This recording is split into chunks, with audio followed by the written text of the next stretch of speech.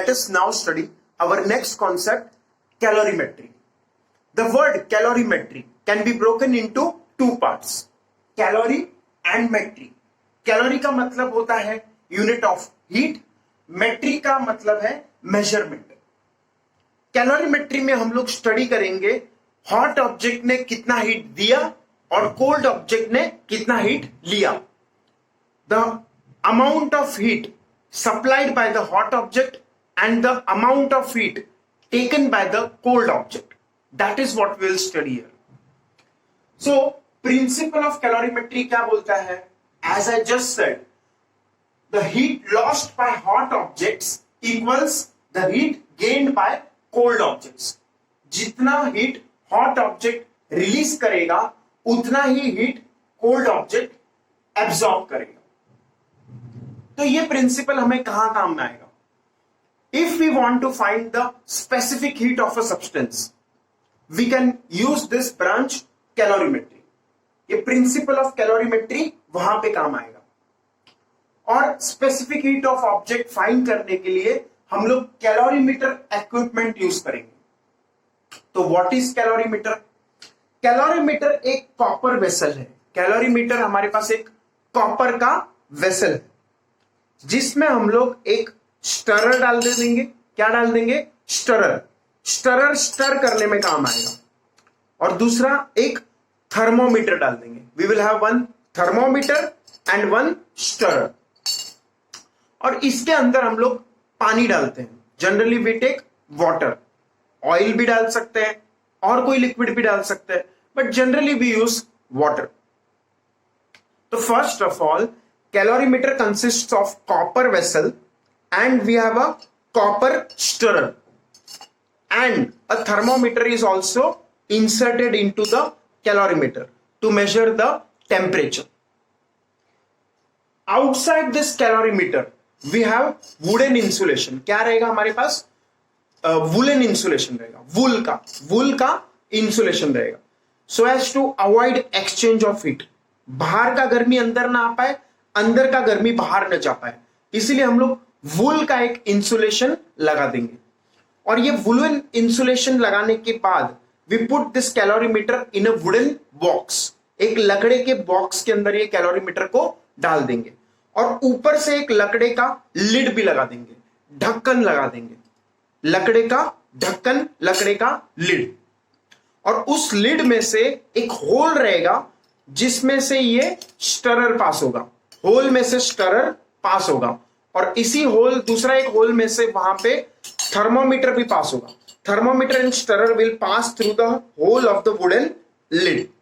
तो ऐसा हमारे पास इक्विपमेंट है कैलोरीमीटर. और इसके अंदर लिक्विड रहेगा, as I said, generally water. और इसमें एक हम लोग हॉट ऑब्जेक्ट लेंगे. क्या लेंगे? Hot object. मान लो ये ऑब्जेक्ट है, इसको फ्लेम में रख दिया हम लोग ने. फ्लेम में रखेंगे तो ये ऑब्जेक्ट गर्म हो जाएगा और ये ऑब्जेक्ट बहुत गर्म होने के बाद हम लोग यहां से ये हॉट ऑब्जेक्ट इस वाटर में डाल देंगे, कैलोरीमीटर में डाल देंगे. Then heat will be released by hot object and heat will be taken by cold object. Who are the cold objects here? ठंडा ऑब्जेक्ट है पानी अंदर का और ये कॉपर का वेसल. कॉपर का वेसल हीट लेगा और पानी भी हीट लेगा. और हॉट ऑब्जेक्ट जो मैंने आयन स्पीयर डाला, generally iron sphere, aluminium sphere, ऐसा अलग अलग स्पीयर डालेंगे जिसका हमें स्पेसिफिक हीट जनरली मापना होता है. Heat will be lost by hot objects and heat will be gained by cold objects. Let us see it in the diagram of the board. तो फर्स्ट ऑफ ऑल ये है calorimeter. We have a copper vessel. ये हमारे पास copper vessel है, अंदर लिखा है यहां पे, दिस इज कॉपर वेसल. जो अंदर है वो कॉपर का वेसल है. और एक स्टरर हम लोग ने डाला है ताकि हीट को हम लोग स्टर कर सके. Heat will be lost by hot object uniformly and heat will be taken by hot cold objects uniformly. तो स्टरर से हम लोग स्टर करेंगे ताकि हीट एक्सचेंज जल्दी से हो जाए. सो this is copper vessel and this is copper stirrer. Copper का बना हुआ एक स्टरर और कॉपर का बना हुआ एक वेसल. आजू बाजू में ये वुलन इंसुलेशन है, इंसुलेटर मेड ऑफ वुल. और ये जो हमारे पास बॉक्स है ये वुड का बना हुआ है और उसका जो लिड है वो भी वुड का बना हुआ है।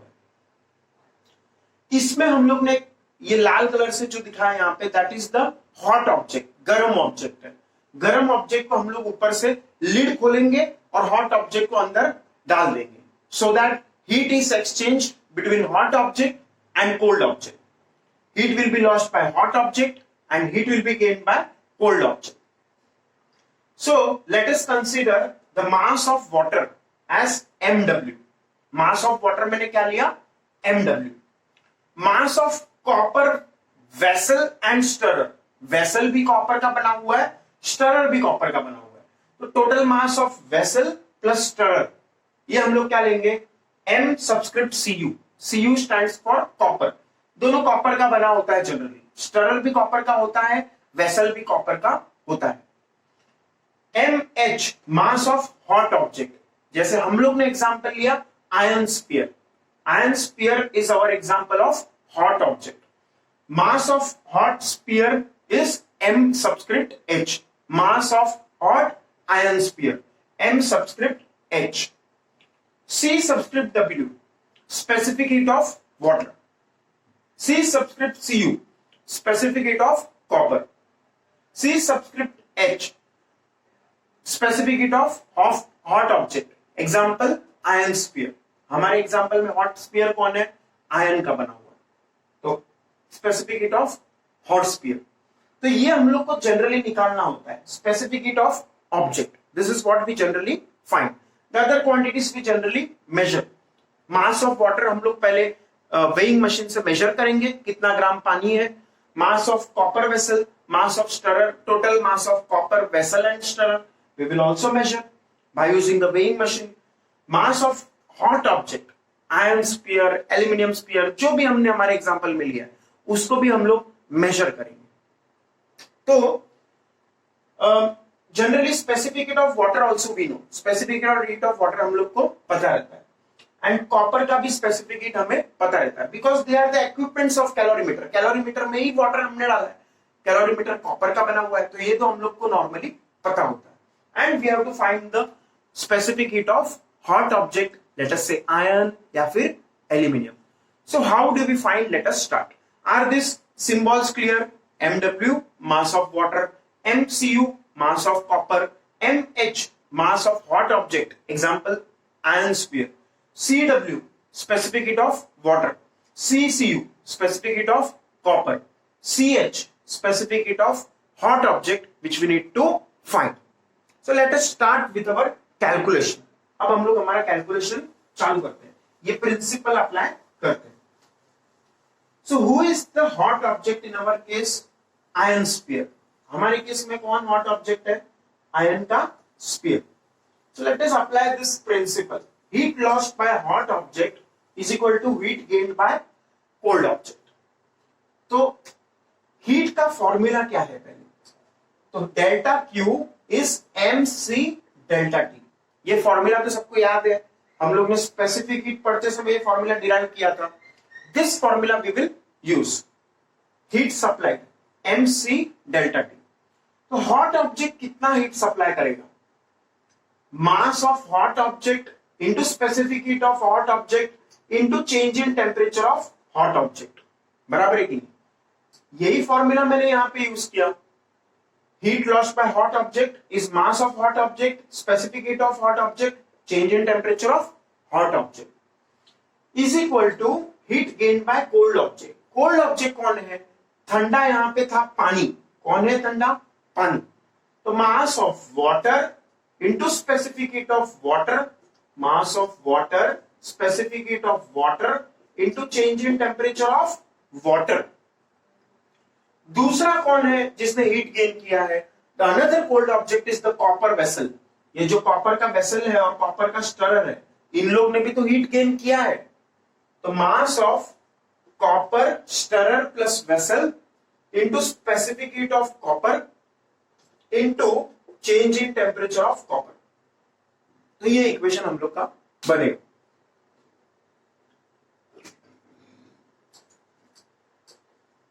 So let us assume initially हमारा जो टेम्परेचर है, सराउंडिंग्स का टेम्परेचर, किसका?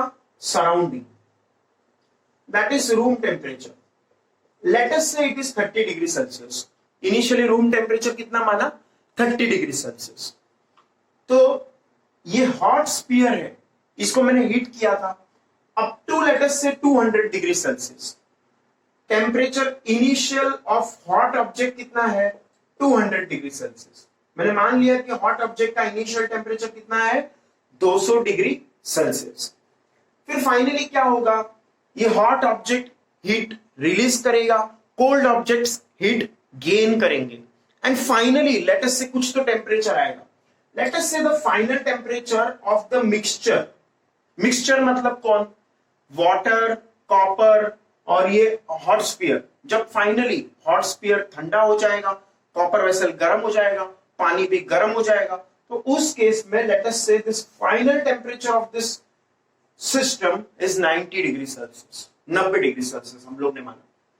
तो in that case late us से we will find the change in temperature of hot object, change in temperature of water, change in temperature of copper.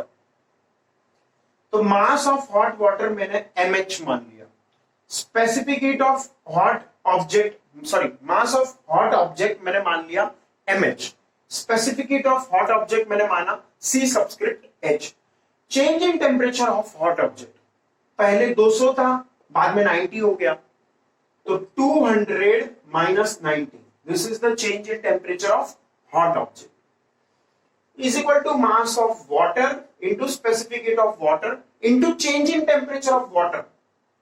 Water का temperature पहले surrounding temperature था. पहले water का temperature क्या था? Surroundings का temperature. Surrounding का टेम्परेचर पहले कितना था? ये हॉट ऑब्जेक्ट डालने से पहले, तो सराउंडिंग का टेम्परेचर पहले था 30 डिग्री सेल्सियस. तो initial temperature of surrounding was 30 degree Celsius. फिर हॉट ऑब्जेक्ट डालने के बाद वाटर का टेम्परेचर बढ़ा और बढ़ के कितना हो गया? 90 डिग्री सेल्सियस.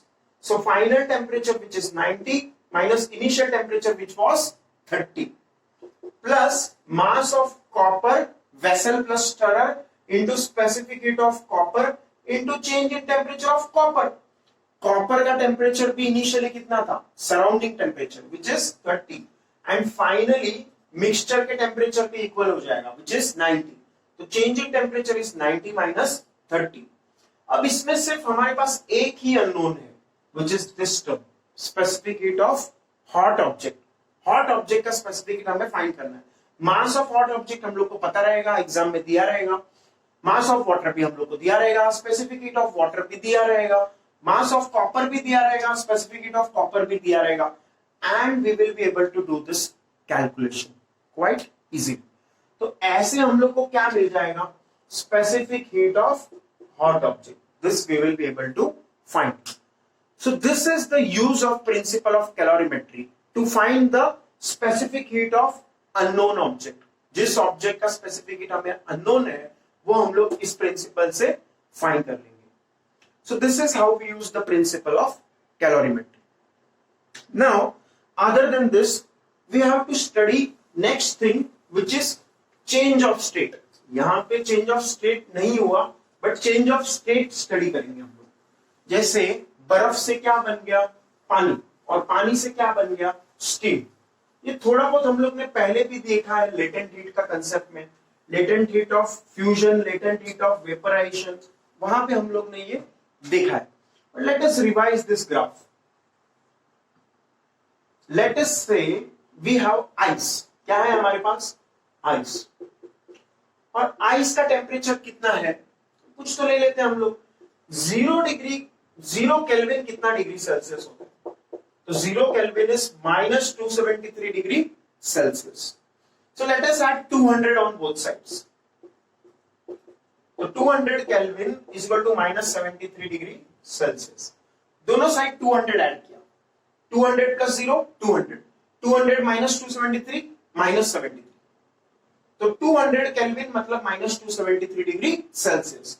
इतने कम टेम्परेचर का मैंने आइस लिया है. कितना?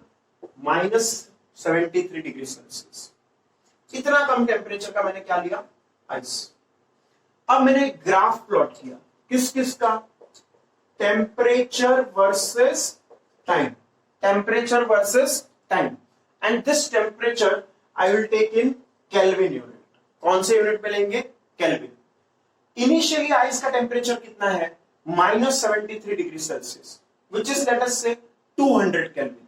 तो इस ग्राफ पे मैंने कहीं तो ले लिया 200 केल्विन. कितना लिया? 200 kelvin, which is -73 degree Celsius. कितना? -73 डिग्री सेल्सियस, 200 केल्विन. तो क्या इस टाइम पे आइस होगा या वाटर होगा? -73 डिग्री सेल्सियस पे ऑफ कोर्स वो सॉलिड होगा. Water will be solid and that will be in which form? Ice form. अब मैंने क्या किया? इसको गर्म किया. तो कौन सा फॉर्मूला लगेगा? Delta Q is MC delta T. तो heat supplied to ice is mass of ice into specific heat of ice into change in temperature of ice. तो हीट सप्लाई करते जा रहा है, करते जा रहा है, करते जा रहा है. तो हीट सप्लाई करेगा तो टेम्परेचर भी बढ़ेगा. आइस को हम लोग हीट सप्लाई करेंगे तो टेम्परेचर बढ़ेगा कि नहीं? -73 से -53, -23, -3 डिग्री सेल्सियस, इधर तक ऐसे टेम्परेचर बढ़ते जा रहा है. -73, -23, -3 ऐसा टेम्परेचर बढ़ते जाएगा. तो temperature will go on increasing. Temperature will go on increasing. Up to what point the temperature will increase up to 0 degree Celsius, which is 273 Kelvin. Temperature will increase until 0 degree Celsius. क्या उसके बाद temperature नहीं बढ़ेगा? बढ़ेगा, but बीच में एक अलग phase आएगा. सो 200 kelvin which is -73 degree Celsius, ये आइस का टेम्परेचर बढ़ते बढ़ते बढ़ते बढ़ते कितना होगा? 0 डिग्री सेल्सियस. अब 0 डिग्री होते ही क्या पूरा आइस पानी बन जाएगा? नहीं. देन द लेटेंट हीट का कंसेप्ट आएगा. Latent heat of fusion, latent heat of melting. अब आइस मेल्ट होना शुरू होगा. पानी धीरे धीरे धीरे धीरे पानी बनेगा. पर उस मिक्सचर का टेम्परेचर कितना रहेगा? हमेशा 0 डिग्री सेल्सियस. यहां पे हम लोग का फॉर्मूला क्या है? mc delta T. Heat supplied to ice is mass of ice into specific heat of ice into change in temperature of ice. Change in temperature of ice कितना होगा? -73 से 0, which is 73 degree Celsius. How much is the temperature change in temperature of ice? 73 degree Celsius. Then we have the concept of latent heat, in which the temperature remains constant at 0 degree Celsius. हम लोग ने देखा था formula. कौन सा formula था? Delta Q is equal to ml. Latent heat of fusion या melting. तो delta Q F is equal to M into LF. तो अब डेल्टा क्यू का कौन सा फॉर्मूला लगेगा हमारा इधर? M into LF. तो this is latent heat of fusion. अब 0 डिग्री सेल्सियस पे पहले इस पॉइंट पे था हमारे पास सिर्फ और सिर्फ आइस, और अब 0 डिग्री सेल्सियस पे हमारे पास सिर्फ और सिर्फ क्या होगा? वाटर. स्टेट चेंज कंप्लीट हो गया. पूरा जितना भी हमने आइस लिया था वो पूरा का पूरा क्या बन गया है? पानी. Water at 0 degree Celsius. अब गर्म करने के बाद अब इसका फिर से टेम्परेचर बढ़ेगा. अब इसका टेम्परेचर बढ़ते बढ़ते बढ़ते बढ़ते कितना हो जाएगा? The temperature will increase until it reaches the temperature of 100 degree Celsius, which is 373 kelvin. 373 kelvin तक ये टेम्परेचर ऐसा बढ़ते जाएगा. And in this case the entire thing is water. पूरा का पूरा वो पानी ही रहेगा. अब कौन सा फॉर्मूला लगेगा? Delta Q water is mass of water into specific heat of water into change in temperature of water. तो क्या फॉर्मूला लिखूं मैं इधर? Delta Q water is mass of water, specific heat of water, change in temperature of water. अब देखो यहां पे भले ही मैंने लिखा है मास ऑफ आइस, यहां पे लिखा है मास ऑफ वाटर, बट वो सेम ही होगा क्योंकि आइस से ही तो पानी बना है. जो आइस का मास होगा इनिशियली वही बाद में पानी का मास होगा. फिर उसके बाद 100 डिग्री सेल्सियस आने के बाद again there will be change of state. क्या होगा? Change of state. Now water at 100 degree Celsius will convert into steam at 100 degree Celsius. धीरे धीरे धीरे धीरे water at 100 degree Celsius, यहाँ पे क्या होगा, water will convert into steam at 100 degree Celsius. And in this process, the heat supplied is latent heat of vaporization, mass into latent heat of vaporization. Delta Q vaporization is m into latent heat of vaporization. तो ये formula रहेगा. Now at this point we will have 100 degree Celsius steam. सब पूरा का पूरा पानी क्या बन गया है, steam. अब उसके बाद अगर मैं और हीट किया तो now this will be all steam, और यहां पे सुपर हीटेड स्टीम बन जाएगा. क्या बन जाएगा, super heated steam. Super heated steam. Steam का टेम्परेचर 100 से बढ़ के 110, 120, 150 ऐसे बढ़ते ही जाएगा. कौन सा फॉर्मूला लगेगा, delta Q steam is mass of steam into specific heat of steam into change in temperature of steam. मान लो फाइनली 150 डिग्री सेल्सियस हो गया, 150, तो 150 minus 100 that will be the change in temperature for steam. ये formula लगेगा. मान लो finally we have 150 degree Celsius पे steam, so delta Q steam is mass of steam into specific heat of steam into change in temperature of steam. कितना होगा ये, final temperature of steam 150, initial temperature of steam 100, क्योंकि water से steam 100 degree Celsius पे बना था. तो change in temperature of steam कितना आएगा, final temperature of steam 150 minus initial temperature of steam 100 degree Celsius. यहाँ पे -73 डिग्री सेल्सियस लेने का गलती मत करना, वो तो आइस था. हम लोग को स्टीम का टेम्परेचर में चेंज देखना है. स्टीम बनता ही 100 पे, तो बनता 100 पे है और 150 तक जाता है, तो 150 minus 100. So this is the diagram for change of state of a substance. So this is how we have this change of state. Now after this change of state, let us see some definitions. कुछ definition हम लोग thermodynamics heat में use करेंगे. Those definitions we will discuss now. The first definition which we have is adiabatic. Adiabatic wall का definition करेंगे. Adiabatic wall, adiabatic wall और diathermic wall क्या होता है. तो डायाथर्मिक वॉल एंड दूसरा वॉल कौन सा है, एडियाबैटिक वॉल्स. तो what is the meaning of this. जैसे मान लो इसमें मैंने क्या लिया है, चाय लिया है. मान लो इसमें क्या है, चाय 70 डिग्री सेल्सियस पे चाय है. अब क्या अंदर का गर्मी, चाय का 70 डिग्री सेल्सियस पे है, चाय का जो गर्मी है वो क्या सराउंडिंग में आएगा. Yes, there will be exchange of heat from inside to the surroundings, from this system to the surroundings. इसको मैंने क्या बोला, सिस्टम. तो सिस्टम मतलब गरम चाय हीट पास करेगा, और इसीलिए जो वॉल्स है ये हीट पास करने देता है, हीट एक्सचेंज करने देता है. तो these walls are called as diathermic walls. इन वॉल्स को क्या बोलेंगे, diathermic walls. They allow heat exchange. They allow what, heat exchange. Heat exchange allowed है किससे, डायाथर्मिक वॉल्स से. Adiabatic walls no heat exchange, heat exchange नहीं होगा. Adiabatic walls do not allow heat exchange. जैसे example के लिए मैंने ये मान लिया कि ये थर्मोस का बना हुआ है. किसका बना हुआ है, thermos.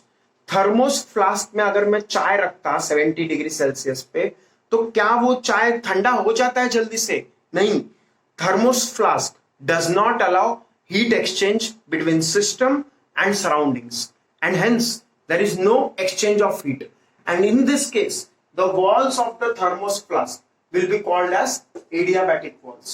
They do not allow heat exchange through it. So ये adiabatic walls do not allow heat exchange. Diathermic walls allow heat exchange through them. Next, after this, let us continue with our definitions. और कौन से definition है हम लोग के पास. तो एक डेफिनेशन जो हम लोग देखेंगे वो है हीट. ऑफ कोर्स हीट का डेफिनेशन तो नहीं बोल सकते, बट हीट कहां से कहां फ्लो होता है ये सबको पता है, but let me do it for the sake of completion. Heat को हम लोग बोल सकते हैं Heat is energy in transit. Heat is energy in transit. It flows from body at high temperature to body at low temperature. कहां से कहां heat flow होता है? हमेशा heat flows from body at high temperature to body at low temperature. It is energy in transit. And the units of heat we have already discussed. The SI unit of heat is joule because it is a form of energy. The other unit which we have is calorie. 1 calorie is 4.2 joules. तो ये हम लोग को याद रखना है. Then we have next definition.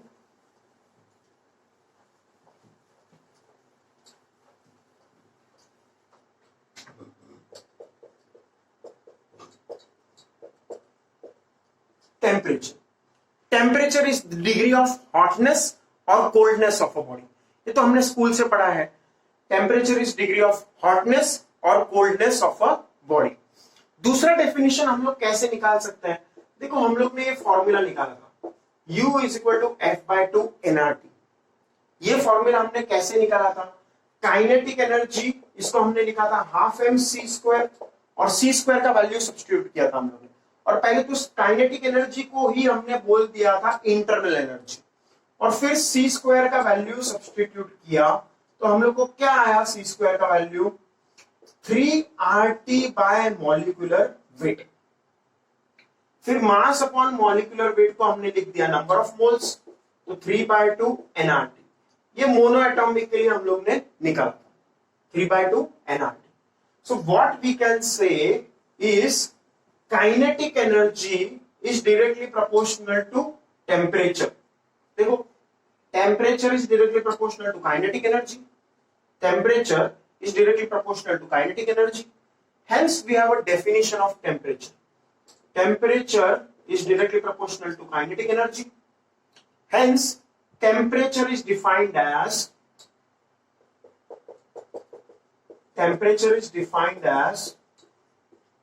average kinetic energy. Average kinetic energy per molecule. Average kinetic energy per molecule. ये definition of temperature हम लोग मान लेंगे.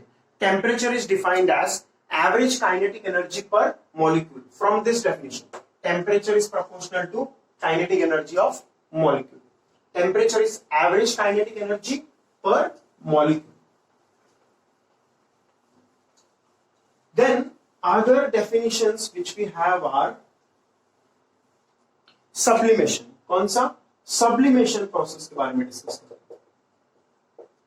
देखो नॉर्मली क्या होता है, कोई भी ऑब्जेक्ट मान लो सॉलिड है, मान लो क्या है? Solid.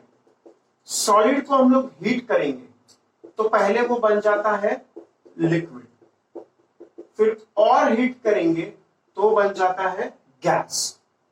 But there are some substances who are in solid form and if we heat them they directly they go in which form? Gas form.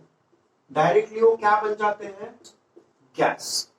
And that process of conversion of solid to gas directly on heating is called sublimation. The process in which a solid substance directly goes into gaseous form upon heating is called sublimation. Examples of sublimation substances are camphor. Kapoor रहता है ना, जो भगवान के दिए में हम लोग यूज करते हैं. Kapoor is camphor in English which directly goes from solid state to gaseous state upon heating. तो this process is called sublimation. फिर फ्यूजन तो हमें पता ही है. फ्यूजन मतलब क्या होता है? मेल्टिंग का उल्टा. मेल्टिंग तो पता ही है सबको. Melting is when solid upon heating changes to liquid. Fusion is the opposite. When liquid upon cooling changes into solid. Liquid से solid cool करने पे fusion. Solid से liquid heat करने पे melting. Vaporization I don't think I need to talk about it, but let me say that for the sake of convenience or completion vaporisation, जब हम लोग liquid को heat करेंगे तो वो हीट करने पे क्या बन जाता है, गैस और vapour form. This process is called vaporisation. तो ऐसा हम लोग का फ्यू डेफिनेशंस है which we need to look. After this we will come to our thermodynamic processes. हमारे पास कौन से थर्मोडायनेमिक प्रोसेसेस हैं. Let us start with the thermodynamic processes. तो हम लोग को मेनली 4 थर्मोडायनेमिक प्रोसेस पढ़ने. कौन कौन से thermodynamic processes. The first process which we have to study, 4 पहले में चारों लिख देता है. Isobaric process. What? Isobaric process. दूसरा प्रोसेस जो हमें स्टडी करना है दैट इज आइसोकोरिक प्रोसेस. तीसरा प्रोसेस जो हमें स्टडी करना है आइसोथर्मल प्रोसेस.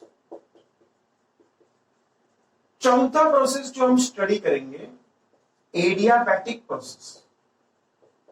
तो हम लोग के सिलेबस में ऐसे 3 थर्मोडायनेमिक प्रोसेसेस हैं. और भी बहुत सारे प्रोसेस होते हैं. Quasistatic process, cyclic process. These are the terms which we will encounter in our study of thermodynamics.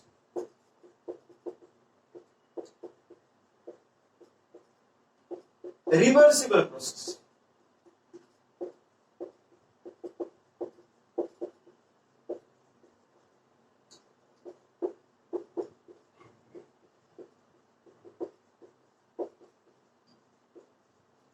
Irreversible process. 4 process हम लोग का थर्मोडायनेमिक प्रोसेस है. बाकी ये 4 तो ऐसे ही हम लोग को समझना है सिर्फ. But these are the thermodynamic processes. ये हम लोग यहाँ पे टाइप्स ऑफ प्रोसेसेस में नहीं गिनेंगे. These are thermodynamic processes.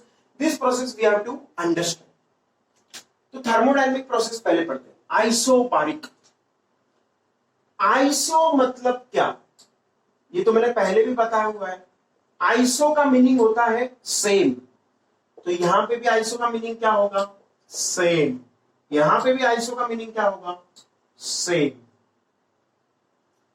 Adiabatic अभी अभी हमने डिस्कस किया था, थोड़ी देर पहले ही बताया था. Adiabatic walls, no heat exchange. No heat exchange मतलब डेल्टा क्यू 0.